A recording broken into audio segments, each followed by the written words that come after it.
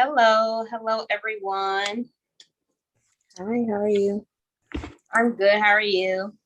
So Good. guys, So we're gonna get started here in a couple of minutes after we get some viewers in. And once we get started, I'm gonna go ahead and introduce what we're doing today, and then I'm gonna let you all introduce yourselves to the students who joined today. How does that sound?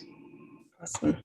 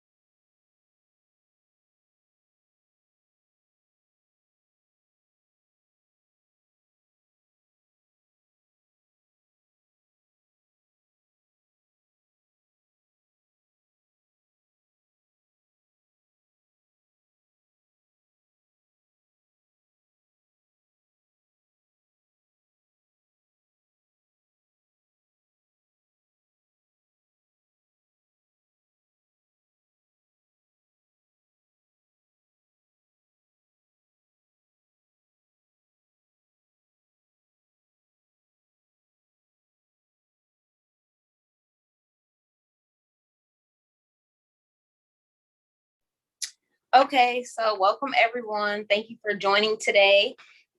This will be a student panel, and we'll be answering questions about our HBCUs. And I'm going to go ahead and introduce myself, and then I'm going to let the panelists introduce themselves. I am Yamar McCartney Ross. I am the cover girl for Grambling State University as well as HBCU Hub. I am a double major at Grambling in business management and marketing, and I will be a senior this year, and I'm glad to be here and moderate this student panel today. So will our panelists go ahead and introduce themselves? Greetings, everyone. I am Chanel Brown. I'm a recent Spring 21 graduate of the Florida A&M University, where I majored in psychology and minored in business administration. beautiful. My name is Godwin Agbo. I'm a former graduate of Grambling State University as well. Majored in business management, graduated class of 2019 summer. I currently work for Home Health. I trade digital currency, and I'm a DJ. So thank you for having me. Thank you so much. And so we're going to go ahead and just dive right in and get started with the questions. Do you guys have any questions before we get started? Okay, so I'm going to go ahead and ask the question, and then you guys can kind of go back and forth with answering the question, and we'll go from there.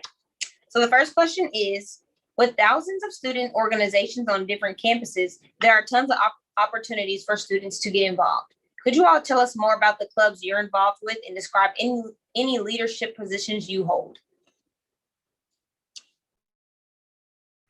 Okay, I'll start it off.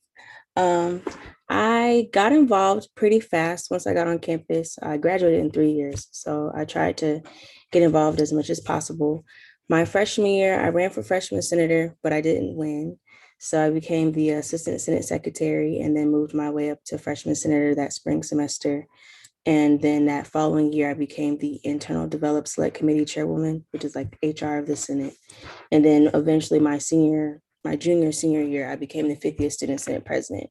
Along with that, I also served as Miss Silver and Gold on the Collegiate 100 court. And I'm a fall 19 initiate of the Omega Z chapter of Alpha Kappa Psi Professional Business Fraternity Incorporated. And then I got involved in some psychology organizations as well. So our Family Psychology Club, where I was treasurer, and then PsyChi, which is the International Honor Society for Psychology. And then I'm also a Spring 21 initiate of the Real Beta Alpha chapter of Delta Sigma Theta Sorority Incorporated.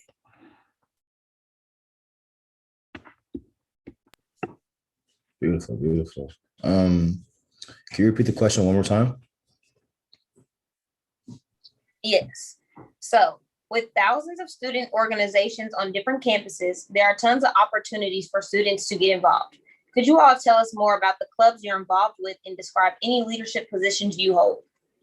Okay, cool. So my first ever organization I was involved with was the Grambling University Management Club, which I was president for about a year and a half, almost 2 years, I think. It was fun because it wasn't just only business and management majors that were involved in it, but it was like all majors as a whole that could be a part of it. I think my junior year is when I started becoming president of the West Coast Club. So I was involved in that.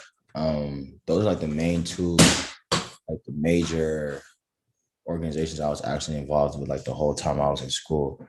But I feel like the importance in that is like just to get involved, with different races because of where we went to school at. Where I went to school at, there was different ethnics like from Arabia, from Guadalajara, Toronto, Montreal. So it was just a good environment to just, come as a collective and share ideas on how to like uplift the organization as a whole. So that's what I loved about it.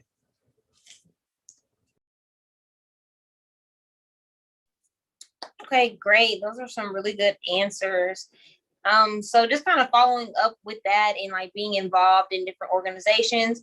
The next question kind of follows into that as well. So how do you manage your time? How do you balance your schoolwork with other aspects of your life? So like social and organizations, and if you have like a job and different things like that.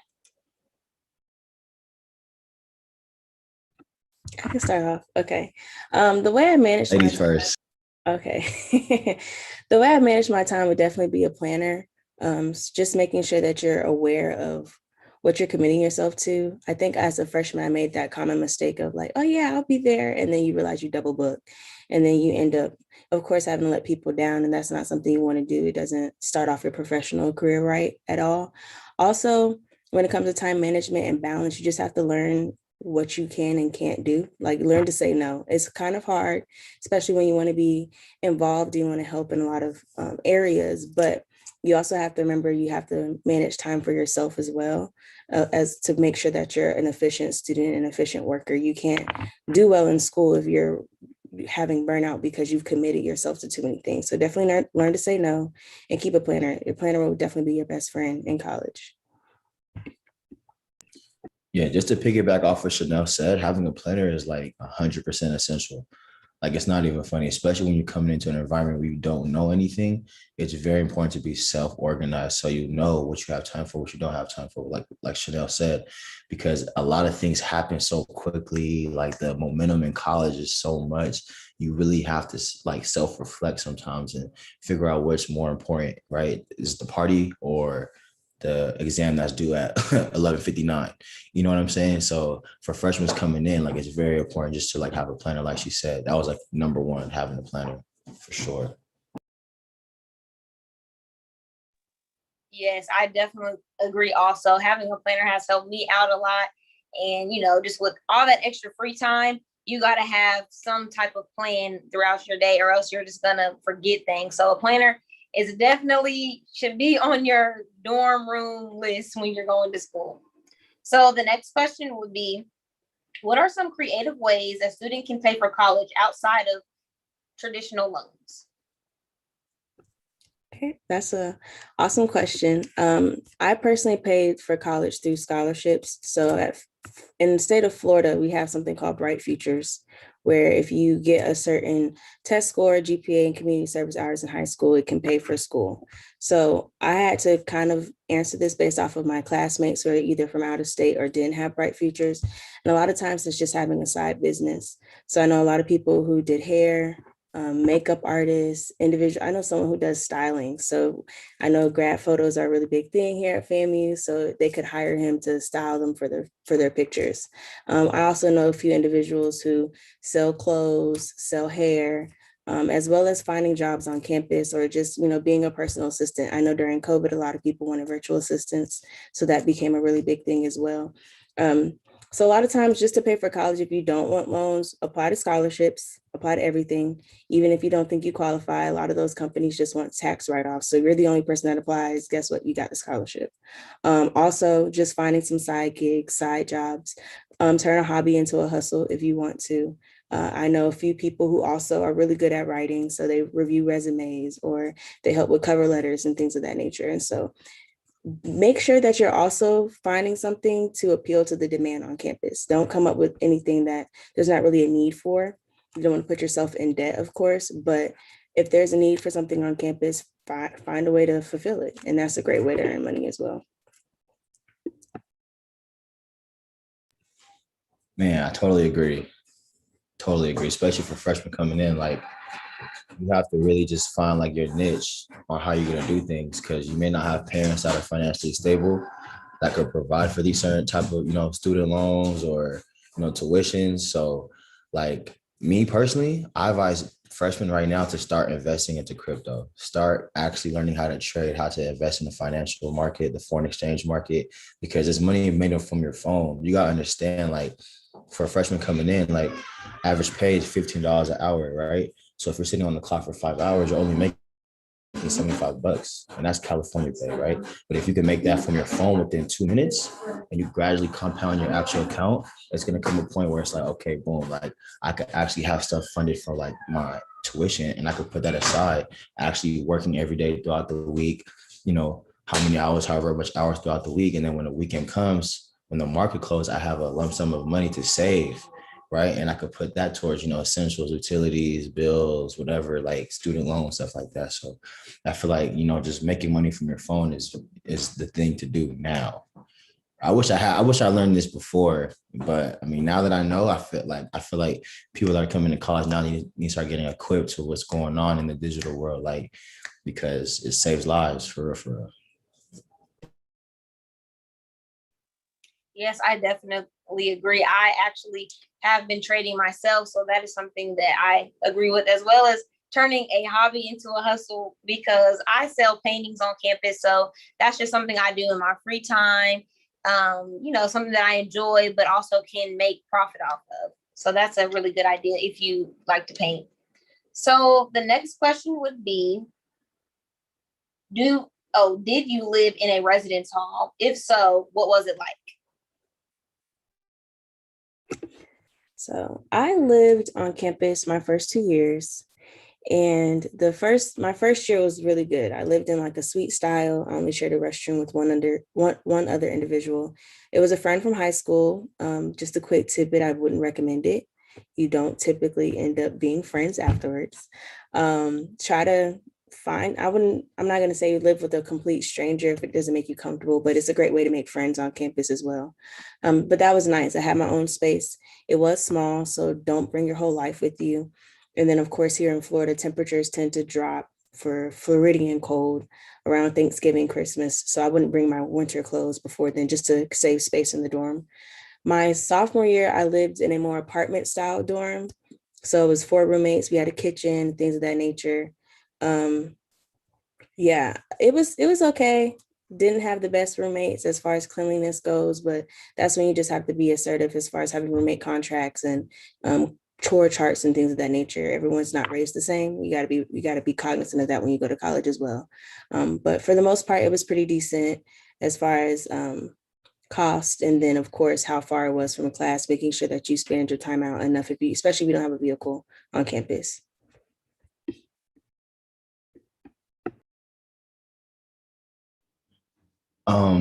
For sure. For sure. My experience, man, like I had to move out junior year. I was like, nah, I couldn't do it. But for the best part, like freshman to junior year, like living on campus was fun, because I was in the mix. As a freshman, you don't want to just live on your own. You don't want to isolate yourself from what's going on. You want to get in tune to what's going on, right? As a freshman coming in, right? But as far as like change, like when you get older, it's good to, deviate from the comfortable part and then start, building yourself. So that's what I did when I was a junior. I had to like leave the campus because I feel like I was too comfortable. You know what I'm saying? Like it was a point where I knew everybody knew me, and I feel like there was something missing. I feel like, nah, like campus is just not everything right now. I know there's somebody out there that needs to see me. You know what I'm saying? So like, I just felt like it was important for me just to get out of my comfort zone. So, first 2 years, it's good. It's good to live on campus, but like, you know, get into when people get to know people how they are, learn from them, feed off their energy, impact as much people as possible to whatever you're doing, whether it's painting, whether it's writing, rapping, singing, whatever. Get in tune. So when you get off campus, like you could have that, that backbone behind you, like, okay, yeah, people might want to book you, because you're living on your own now. So now you can make your own decisions, right? And then sometimes, like, people, they get kind of like, in their ego when you live with somebody, so it's good to have like your own space, like at all times. Definitely have your own space. But, for the most part coming in, definitely learn from somebody, like learn from them, when you first come in, learn as much as you can. I agree with both of you. Like staying on campus my freshman year was really good for me. My roommate, I'm still very close with her to this day. So you honestly can make new friends by having like a roommate, even if it's traditional or apartment style. Either way, like you'll be able to that's a good way to make friends. So the next question is college difficult? How much time do you spend studying? I would say college is, well, for me, it was more so difficult in terms of it's like socially and that transition. Whereas academically, you just have to be very strategic about how you plan your classes out. So if you use Rate My Professor, asking other individuals in your degree or your college or school what classes are a little bit more difficult for everybody, don't take the most difficult class with other difficult classes, because then you're going to find yourself in your room 24/7 studying. So be strategic. If you know you struggle a little bit with statistics, take your statistics course with a couple of easy electives so that you're not having to study throughout the entire week and you have no social life and you can't, participate in any other clubs or activities. For me, I didn't spend a bulk of my time studying just because I used that strategy.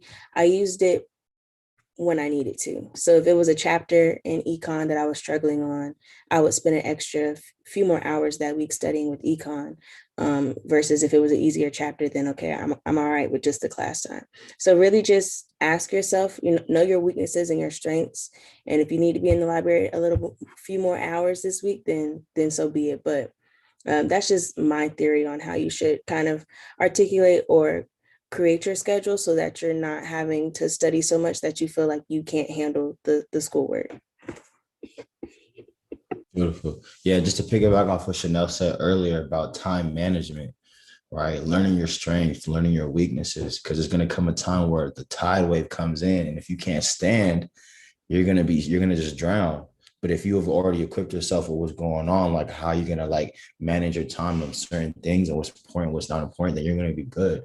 Like she said, if there's a chapter that you have to study for, right? And there's a party, why would you go to the party? Right? Like, why would you choose the party over the studying? Right. But then sometimes it's like you go do the last minute study session with your people right before class, which is cool too, because now you have a fresh brain and you've already know what's going on. So 10 minutes prior before the test, it's an easy go. Right. And like she said about classes, like, yo, putting too much hard courses in one space, especially as a freshman, you're playing yourself. Right. Because this is a time where you're supposed to get, know what you may not know what you want. Right. But this is a time to really figure out and dive into different streams, different avenues to pick what fits best for you. So don't stress yourself too hard coming in. You know what I'm saying? So yeah, but time management, strengths and weaknesses, and you're good to go for sure. Thank you. Those were some really great tips. So this next question kind of goes with that, but really with transitioning. So was the transition from high school to college difficult, With so many students, how can you make a big campus feel small?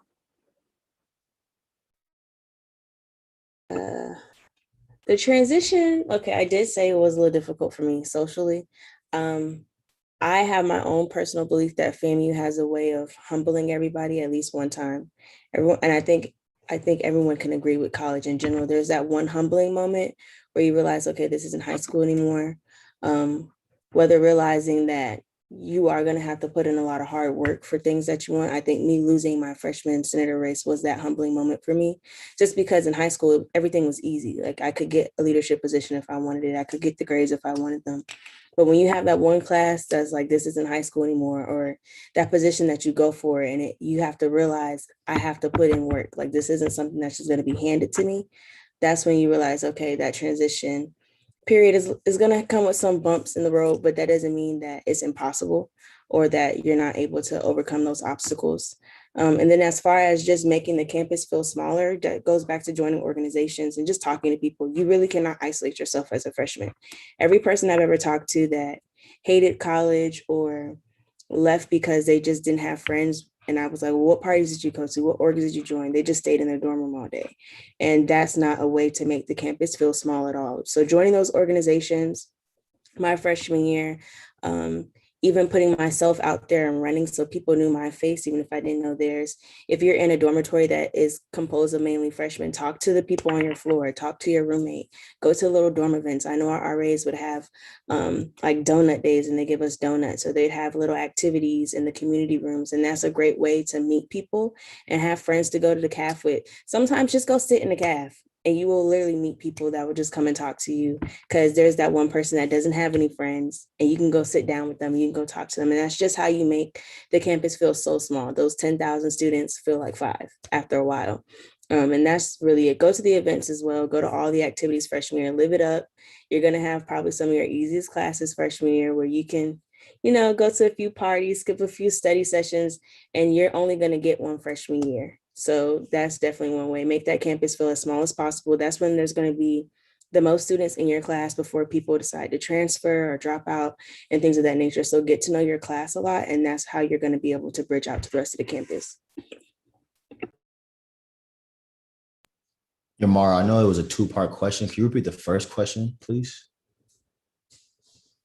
So the first part of the question was the transition from high school to college difficult? Okay. Yeah, the transition from high school to college, difficult. I would say difficult in the sense of me trying to please my parents, right? That was probably like the most difficult part, knowing whether or not they're gonna accept me, like, because I'm Nigerian, so like my parents want like the best for me, the highest, at all times. So coming to an HBCU that wasn't really known like that, like from where I'm from, like my dad wanted me to go to a UC or Cal State, or Ivy League. But my sister paved the way for me. I'm not gonna lie. Shout out to my sister Blessing. She went to Howard University, right? Graduated in health science. Without her, I would not go to HBCU. I'm not gonna lie. She literally told me her first semester back home. She said, Godwin, you need to go to a HBCU.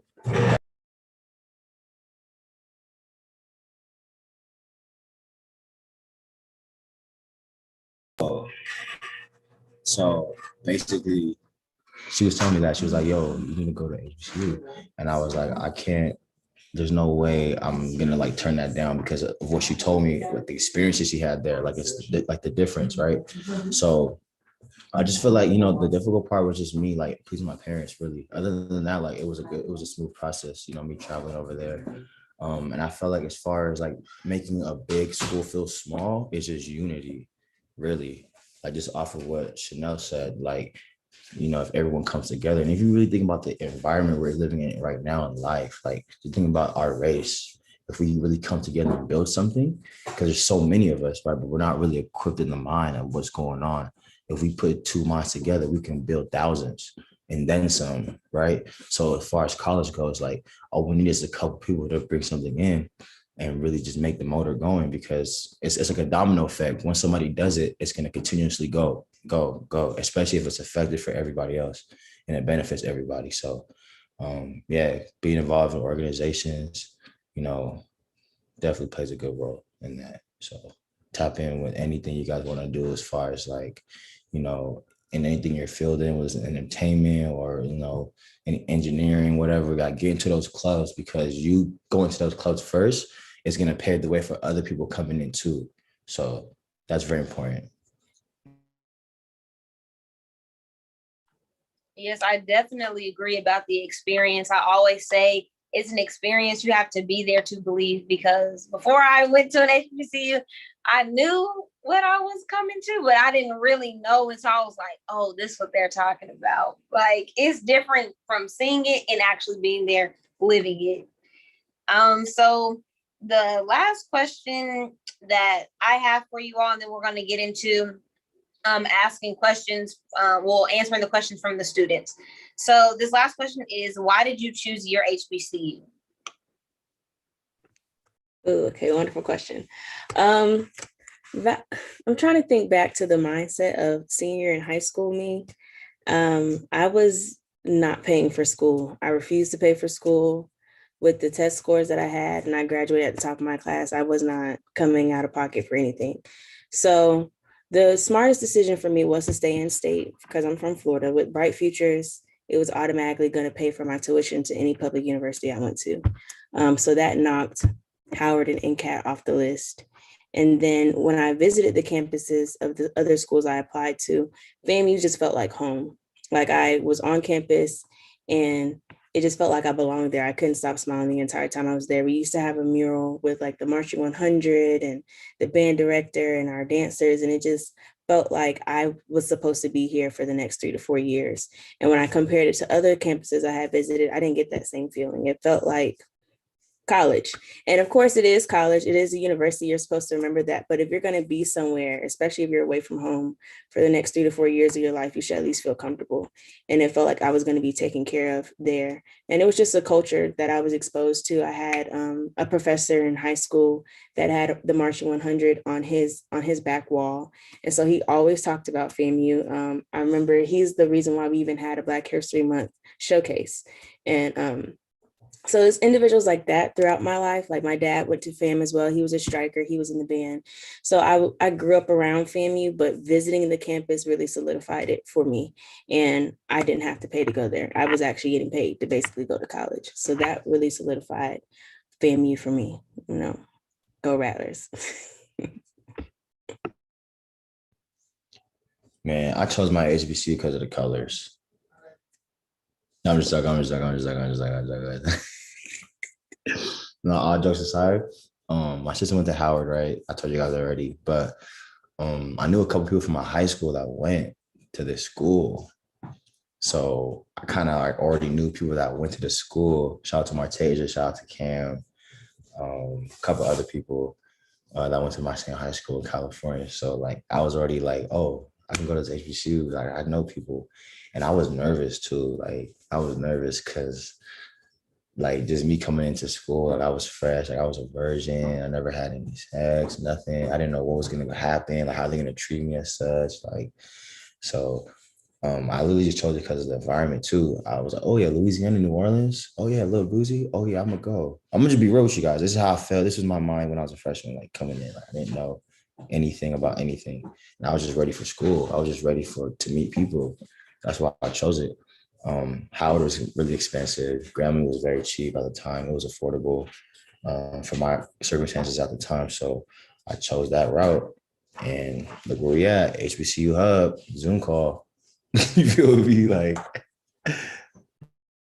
Oh yeah, and another thing, I'm a Florida girl at heart, and I was not dealing with Washington D.C. or North Carolina weather. That there was like a whole snowball fight on Twitter. I said no, not going there. yeah, the weather is crazy. It's like I'm like the hot, cool hot, no. And even in Grambling, like, cause I'm in northern Louisiana, so it's like, Yamara, like snow. I'm like snow. Nah, this is different. Well, I come from Kansas. I'm from Wichita, Kansas. So snow, I'm telling y'all, we get every season here. So snow, and the snow in Louisiana is nothing compared to the snow here. So it doesn't bother me at all. But I'm going to go ahead and get started on the questions that the students were asking. And Chanel, you brought this up earlier about Bright Future. So that's what the question pertains to. It says, do you have to apply for Bright Future, or is it available to any Florida student? It's available to any Florida student. So I'm not sure the requirements have changed since I graduated, but there should be, you can go to the website. There's 2 tiers. The first tier, you get 75% tuition and fees. And then the second tier, or the top tier, is 100% covered. So just go on there. You can see the requirements for ACT or SAT scores. Not sure if it got waived for COVID, as well as community service hours and a GPA. And so based off of that, you'll see where you fall. I know for me, I looked at the top tier, and then that was like my goal. I remember I didn't get the SAT score the first time, so I took it again just because I wanted 100% tuition. So just go ahead and look at that. And then it applies to any public university or college in the state of Florida. I know when I applied and got into University of Miami, because they're private, they only took 33%. And if you know University of Miami tuition, I wasn't going for it. So yeah, make sure you pay attention to that as well when you're applying to schools.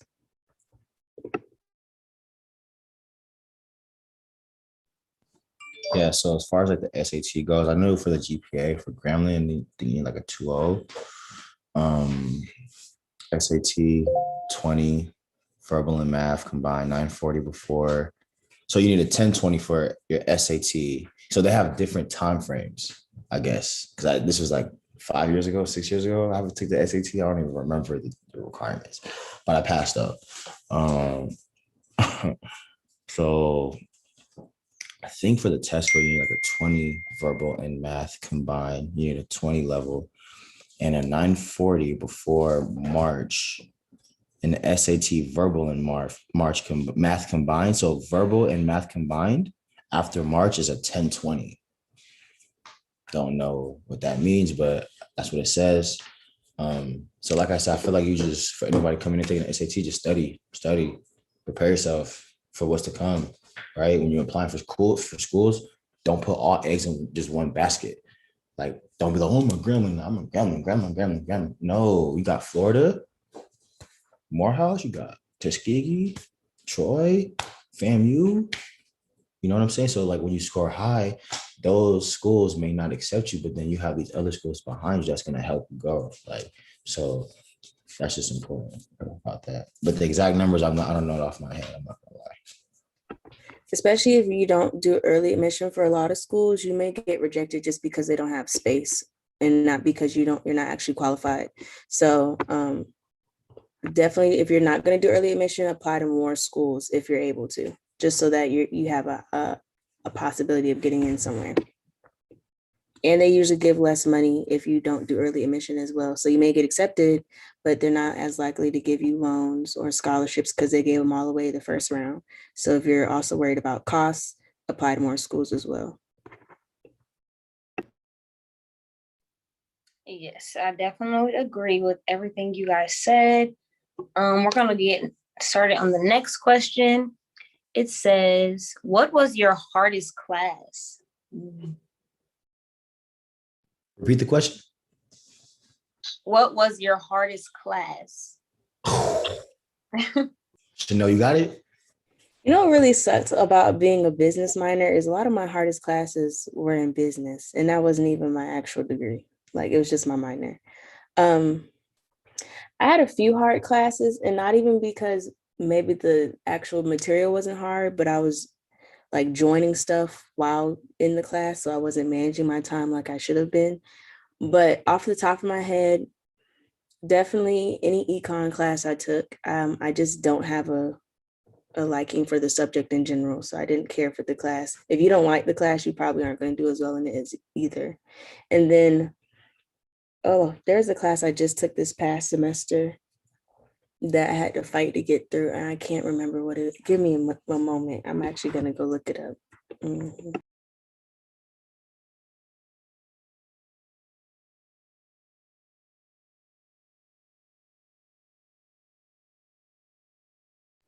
Did you have any hard classes? Me? It's going to take me a minute to find it. Okay, very all right. So I got 2 hard classes for anybody coming into Grambling State University, business management major. be careful, because applied quantitative methods is a hard class. I'm not gonna lie, like she's laughing because it's true facts. The exams, it doesn't make sense, right? You'll be looking at it, you'll be looking at your life confused. You know what I'm saying? And I'm gonna say French and Spanish too. French 2 and Spanish 2. Statistics 1 and 2 is cool. Managerial accounting, financial accounting was cool. It really depends on the professor as well too, though. Definitely for freshmen coming in, like have a relationship with your professors. Like not just have a relationship with the girls or the dudes, have a relationship with your professors. Because we're in school, right? For the grade. We're not here for the girls or the boys. They're gonna come later. Like so it's like, why not build a relationship with your professor and then be cool with them? Because they're gonna work with you if you care. Yeah, go to those hours. So that's all I gotta say about that. And I found the class. It's giving me, I hate this class, corporate finance. It wasn't good times at all. The only reason I even pulled through with a C is because I went to office hours. So you need to go to office hours. Let your professors need to know your face. So you already have a benefit that at a HBCU, you tend to have smaller class sizes. So take advantage of the fact that you have smaller class sizes and you're not one of 500 people in the class, and go talk to your professor. Because I would not have passed this class. I would not have a business minor on my degree if I didn't go talk to him in those virtual office hours. I would call him. He'd be like, I'm in class. I'm like, listen, I need to talk to you about my grade because it's not giving what needs to be gave. So corporate finance beat me up significantly, and then econ. So all my business classes, that was it. Psychology wasn't too terrible. I definitely agree. Like those classes, those were some hard classes. I would say my hardest classes would be, well, okay, I'm an early bird. So like the 8 a.m.s are cool, but I will say 8 a.m. in college is different from 8 a.m. in high school. So if you have a class from 8 to 8:50 and then your next class isn't until 12, it's going to be very hard to get up. So those were the days that I was like struggling, like, okay, but I'm just going to come back and go back to sleep. So definitely try to get your classes to be closer together because it helps with your sleep schedule. So the next question is, how was your schedule? Were you able to set up your classes? I set my classes up because I refused to put the duration of my college life in the hands of my advisor. My particular college switches advisors almost every year. Even as I was graduating out, it was a new advisor. So I looked up my curriculum and I scheduled out where I wanted my classes to be. And then I also looked at what time of day was I going to be most productive. So like, just piggybacking off what you just said, I put my classes together because I made the mistake freshman year of having like a 3-hour break between one of my classes. And I was late to that second class every single day because I was sleeping. So I am a little bit of an early bird, not so much recently, but I was. So I would pick any classes around 9. I learned my lesson with 8 a.m.s. So I would start around 9 and try to be done by like 1 or 2 o'clock. And it would be back to back. But try to keep them in buildings near each other if you can, because depending on how big your campus is, FAMU has a lot of hills. You're going to be losing a lot of weight trying to run from one class to the other. And you only have a 10-minute break. And of course, you want to give yourself time to eat as well. So that's how I picked out my schedule. I made my own schedule. I would go to my advisor, tell her what I wanted to do. And then, of course, if some time, overlapped, or if I had a prereq for another class I need to be taking the next semester, we would move that around. But for the most part, she was just signing stuff off because messing around my advisor, she would have had me here for an extra year or two.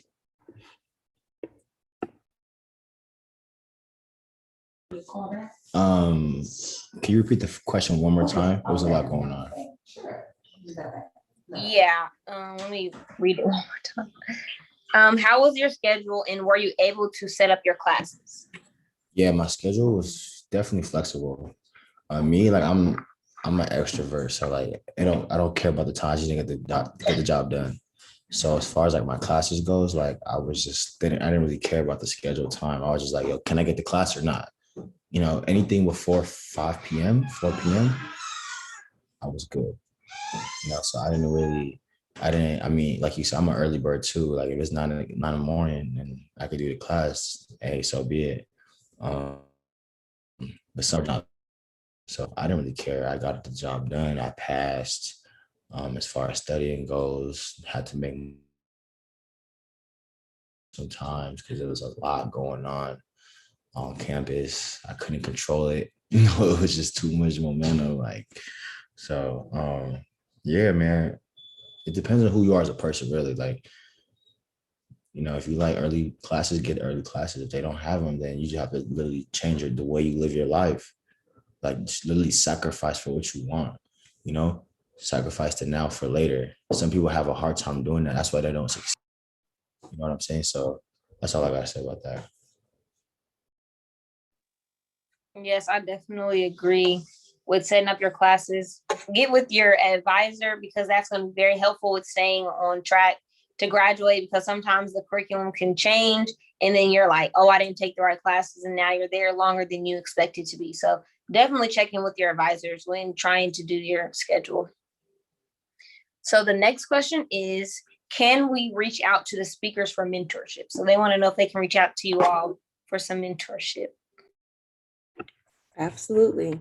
I'm always here to talk. I can give my social media as well to distribute if anybody would like to chat with me.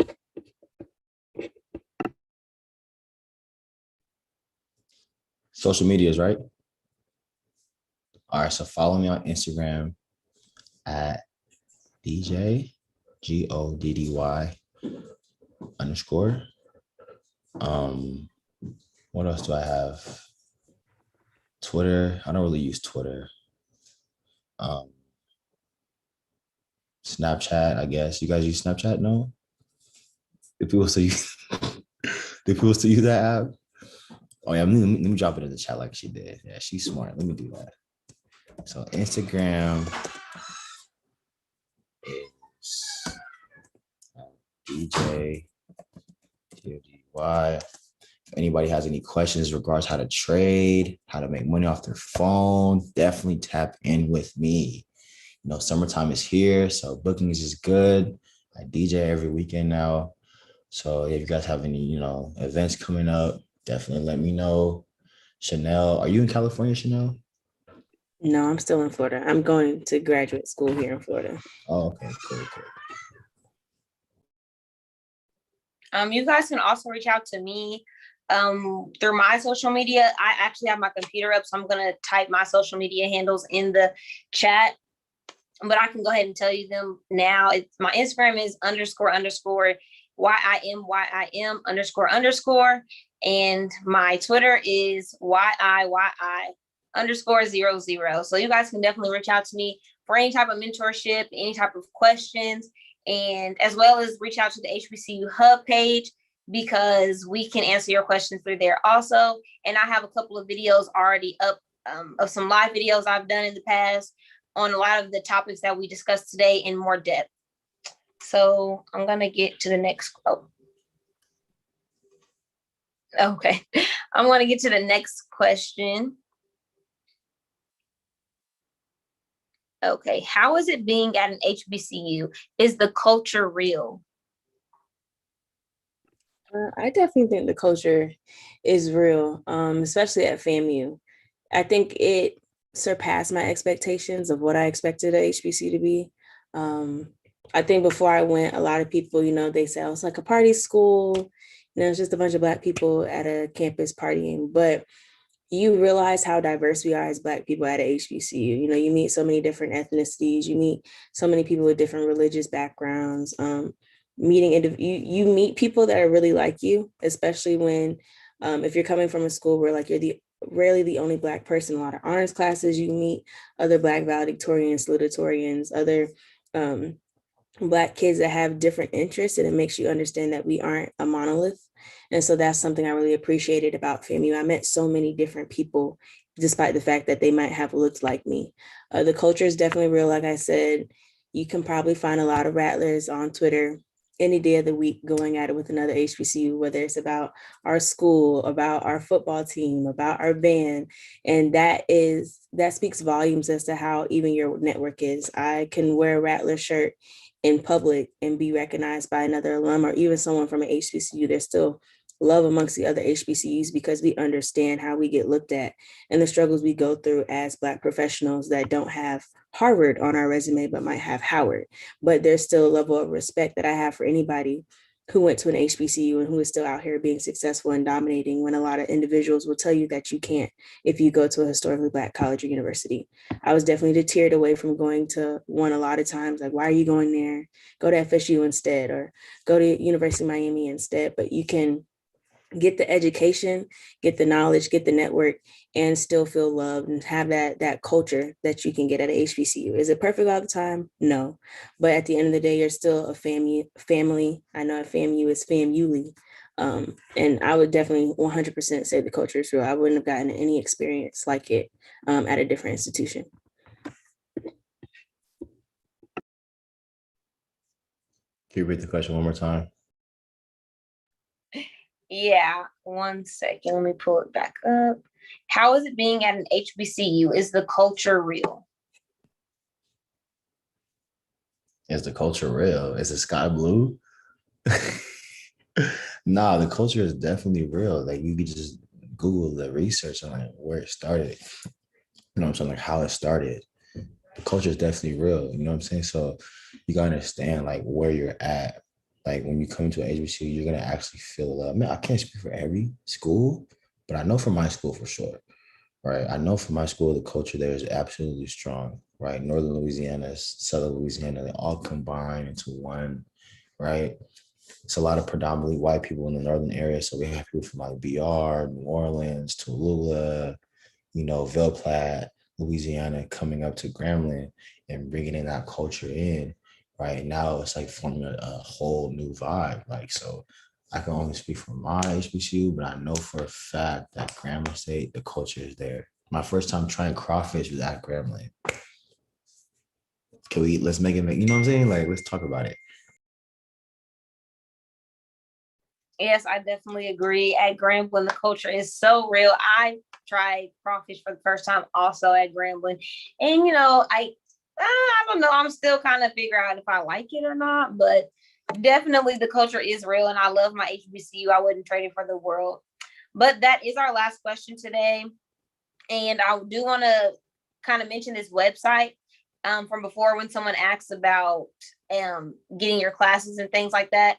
There's a website called Rate My Professor where you can look up the professor, like the class and the professor, to see like how other people rated that professor, to see if you actually want to take that class before enrolling in it. So I definitely would say check that website out before enrolling into some classes, because that can be very helpful with knowing how to like how different professors teach, because some of them are more like online or like, notes, just study your notes. And then some are just, we're in person. I'm going to tell you everything in class and it won't be so much homework because I want you to get that face-to-face attention. So definitely look at that and just know what's best for you when it comes to learning.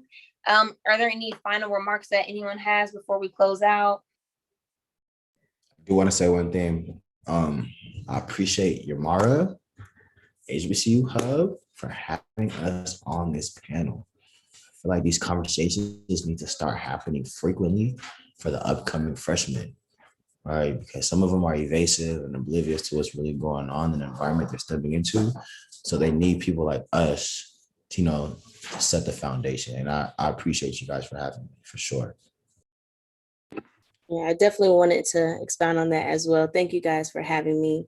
I love being able to have these conversations and just talk to incoming freshmen, especially after this kind of strange year we just had. They were basically virtual. I know a few of them were virtual during high school, and now you're being thrown back into a physical environment that is kind of far removed. I know culturally our last freshmen weren't on campus, so it might be a different campus that they're coming to. But if you're able to reach out and talk to someone who's been there, done that, that can give you guidance, I definitely 100% encourage individuals doing that. That's what got me through FAMU, and I know can help incoming freshmen. So thank you guys so much for providing this platform. Thank you guys for being here. Thank you for giving all of your information and all of your tips. Today, it was very helpful, even for me, like just listening to you guys talk, like helped me because I'm in my last year and I am taking some summer classes. So I'm just trying to push through to the end. So thank The you, marathon, everyone. man, not a race. Yes. So thank you, everyone who joined today. Please reach out to us on our social medias. If not reaching out, at least follow us. We do follow back, and we are more than welcome to answer any questions. I also go ahead and post different HBCU things on my story, different events we've had on campus, just to kind of give students a chance to see just a snippet of what you could, possibly experience at your HBCU. But every HBCU is different. And definitely check out the HBCU Hub page on some of the different topics I talked about. I will be going live, not this Sunday, but next Sunday, or the last Sunday of June, for a HBCU Hype Live, as well as download the HBCU Hub app to get connected, get matchmade to the HBCU for you, as well as just being able to send your film out to sports coaches, or getting connected to administrators, different things like that. Make sure to download the HBCU Hub app. It is free and it's amazing. So again, thank you all for joining today, and we will see you later. And shout out to the Reds. I didn't know she was a Red. Shout out to the Reds. I see you.